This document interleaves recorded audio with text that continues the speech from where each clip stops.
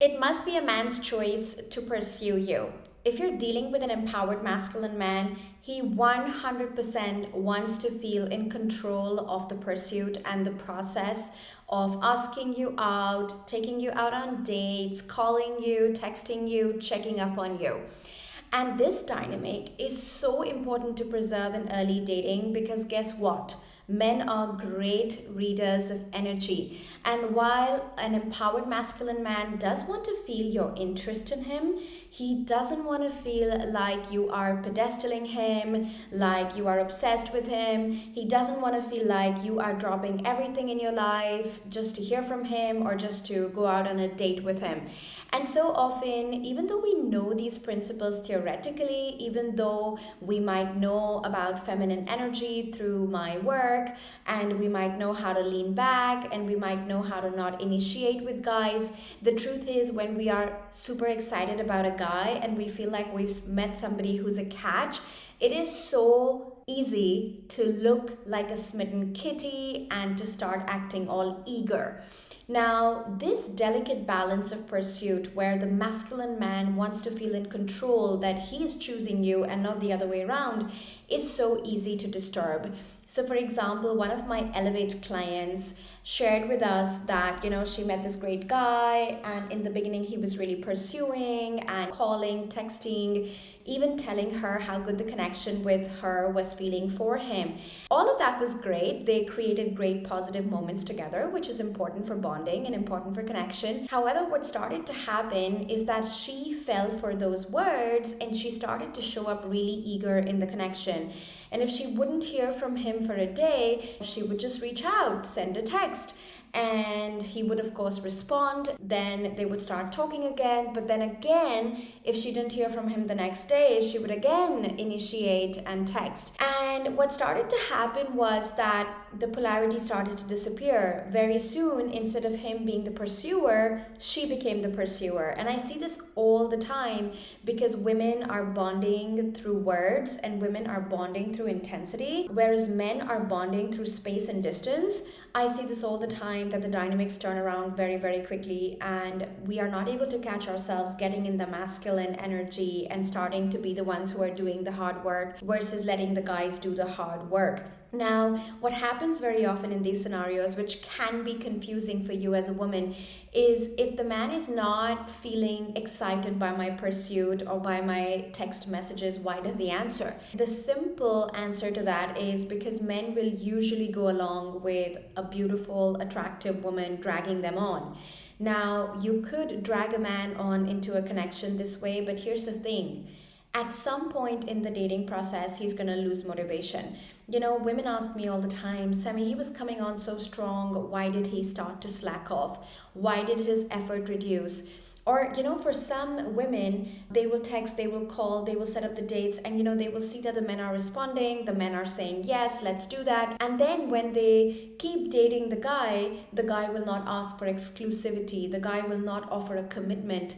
And again, they're wondering, why isn't that happening for me? And the answer to that is guys will go along with what an attractive girl offers, but they will deep down subconsciously know that she's the one running the show, not him. And when it comes to critical moments in the timeline, the dating timeline, the courtship timeline, introducing you to his parents, offering you exclusivity, offering you the ring, you will see that the man will start to stall, will start to have doubts. And this happens because we as women have stepped into our masculine and we have not let him be in control of the decision-making process throughout the courtship phase, throughout the getting to know each other phase. So the answer to this is really leaning back in your feminine energy and understanding the power of holding space with men, understanding that there is power in respecting the speed at which an empowered masculine man wants to move forward with you.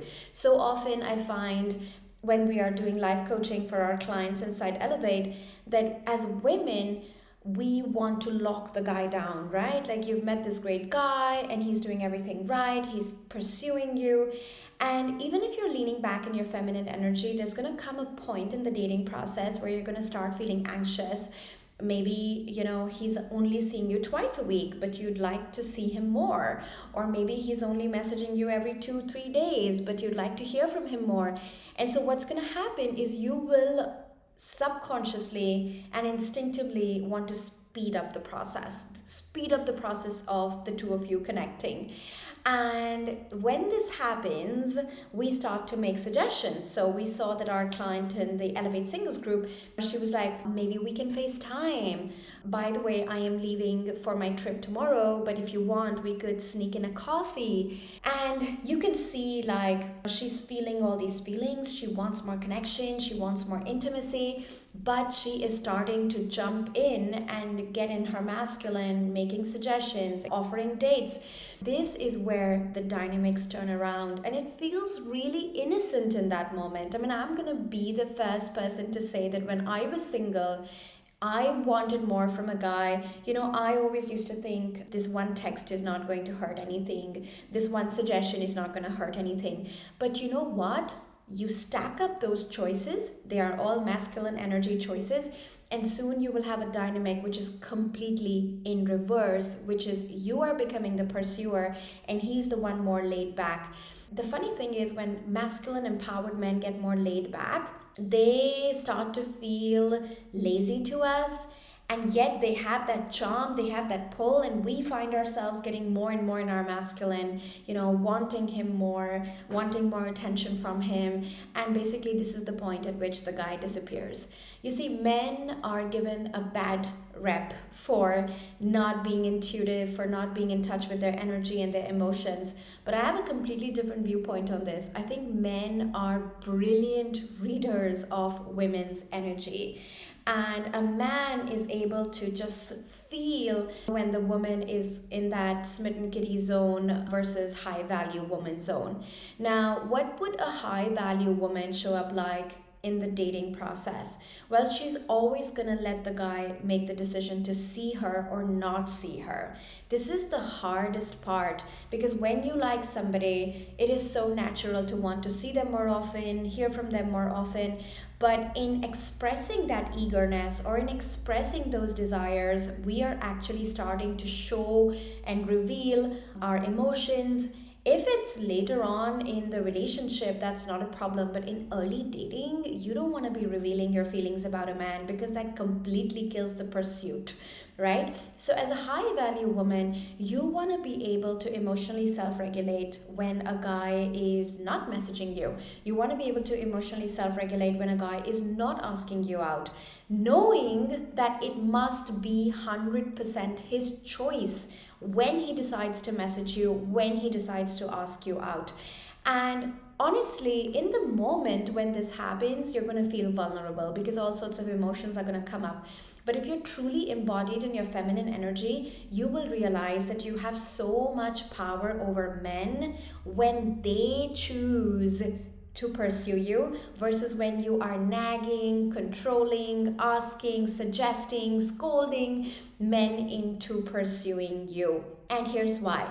Every time a man makes an active choice to pursue a woman, he invests just a little more in her, okay? She's on his mind, he decides to pick up the phone, he decides to make that call, he decides to offer that date. Now he is investing emotionally a little more. And every time a man invests in a woman, he is going to bond with her more and more. And so really, it sounds so easy because when I lean back and relax, I know that in dating, when I'm in my feminine, all I have to do is relax and let men pursue me. And of course, this is becoming very hard in today's dating scenario to implement, because at a deep level, especially the kind of clients I work with, high achievers, successful, ambitious, career-oriented women, we do not trust the masculine to pick up the ball. We do not trust that men have an instinct to pursue and go after what they want.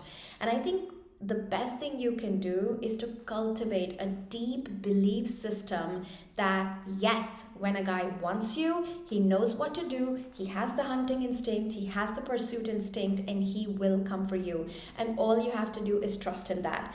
And all you have to do is respect his speed. If he wants to see you once a week, not twice a week right now, then you have to respect his speed. And of course, you can fill your time by rotational dating other men, going on connection dates. You can also fill your time by being busy with your own life, your career, your passions, but do not push the connection, because if you push the connection, before you know, the dynamic is going to flip, and before you know, he may lose interest, he may disappear, he may ghost. Because for a masculine empowered man, one of the most beautiful things he can experience is that I chose this woman myself, out of my free will, out of my autonomy.